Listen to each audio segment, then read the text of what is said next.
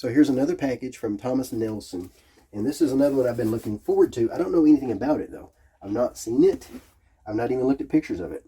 But what I do know is it is a Giant Print KJV reference Bible in genuine leather. It said that on the label, which we've cut off because, you know, privacy. I like genuine leather, but I'm also looking forward to this being a Giant Print because I'm using these nowadays and I can't even hardly see any of it without them. So we will see what we have here. I don't even know what it looks like. I've not even looked at pictures of it. Trying to remove a few little labels here and there. See if it's got a packing slip, which I like to turn over instead of showing. There we go.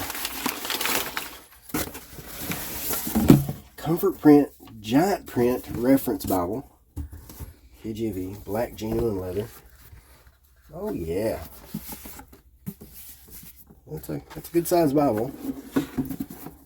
Quick look at what it looks like inside. Yep, that's a Giant Print. References in the footer. References below the last verse on the page. And let's see if I can get in here. Red letter. No section headings or anything, it doesn't look like. Alright. That's what we got in the back. Concordance. Looks like some maps. That's a soft leather. I like that. That is a soft leather. The standard, the miracles of Jesus. Then we're going to have the parables of Jesus on the other side of that. Pages are stuck together. I need to hire an unsticker. Well, anyway, and then there is our reading plan, which I just found has an error.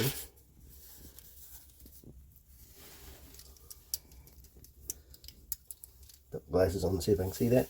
Yeah, 23 through 29 should be through 39. That was today's reading. So, yeah, that's a good looking Bible. This might be a good one to preach from. So I'll be reviewing this one soon. Looks like a good pulpit Bible. So be watching for that one. And I appreciate Thomas Nelson sending that.